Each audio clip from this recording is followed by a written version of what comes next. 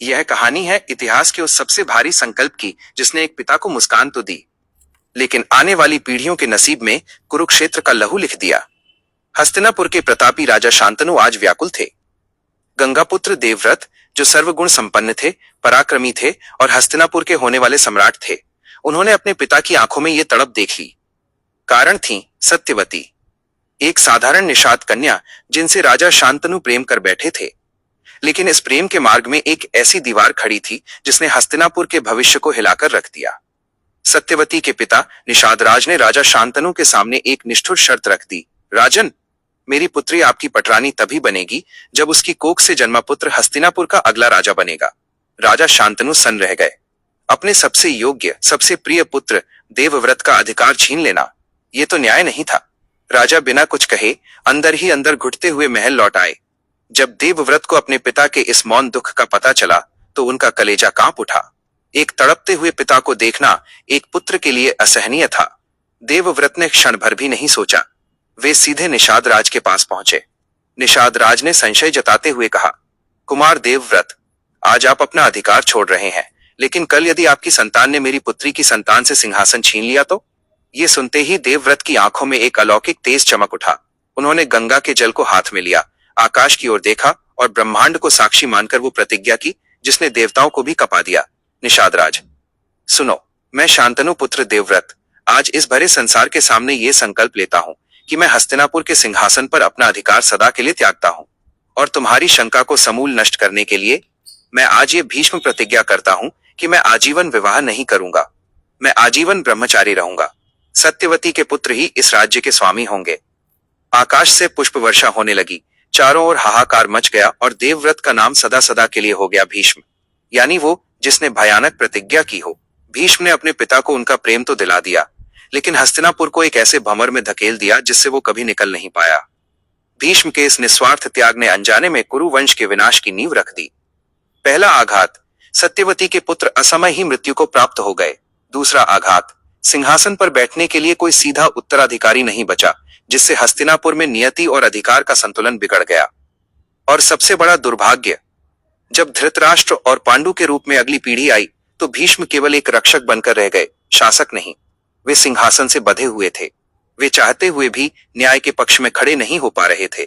जब भरी सभा में द्रौपदी का चीरहरण हो रहा था, तब इच्छा मृत्यु का वरदान पाने वाला ये महापराक्रमी योद्धा अपनी ही ली हुई प्रतिज्ञा की बेड़ियों में जकड़ा सिर झुकाए बैठा था। अगर उस दिन भीष्म ने भावुक होकर वो प्रतिज्ञा, अगर उस दिन भीष्म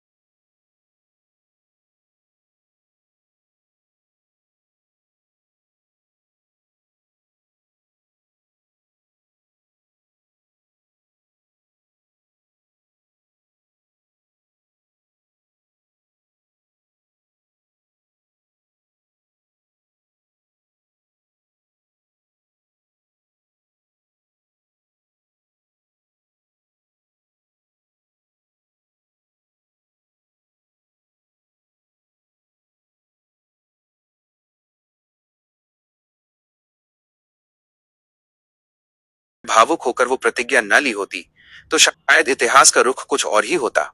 सोचिए, अगर हस्तिनापुर के सिंहासन पर भीष्म जैसा न्यायप्रिय और शक्तिशाली सम्राट बैठा होता तो क्या शकुनी कभी महल में पैर रखने की हिम्मत कर पाता? क्या धृतराष्ट्र का अंधा पुत्र मोह पूरे साम्राज्य को निगल पाता? और क्या दुर्योधन कभी इतना निरंकुश होने का दुस्साहस कर पाता? बिल्कुल नहीं। लेकिन भीष्म की उस एक प्रतिज्ञा ने उन्हें हस्तिनापुर के सिंहासन का स्वामी नहीं बल्कि उसका गुलाम बना दिया था। न्याय और अधर्म के बीच जब भी चुनाव करना था, भीष्म अपने कर्तव्य की बेड़ियों में बंधे नजर आए। कुरुक्षेत्र के मैदान में जब तीरों की शैया पर लेटे हुए भीष्म अपनी आखिरी सांसें गिन रहे थे, तब उनके मन में ये कसक जरूर रही होगी कि जिस कुल की रक्षा के लिए उन्होंने अपना सर्वस्व दांव पर लगा दिया, उसी कुल का विनाश उन्हें अपनी बूढ़ी आंखों से देखना पड़ा। यह कहानी हमें सिखाती है कि कभी कभी बहुत ऊंचे आदर्श और भावुकता में लिए गए फैसले भी आने वाली पीढ़ियों के लिए एक ऐसा जाल बुन देते हैं जिससे निकल पाना असंभव हो जाता है। भीष्म का त्याग महान था, लेकिन उसकी कीमत पूरे आर्यावर्त को अपने ही भाइयों के खून से चुकानी पड़ी।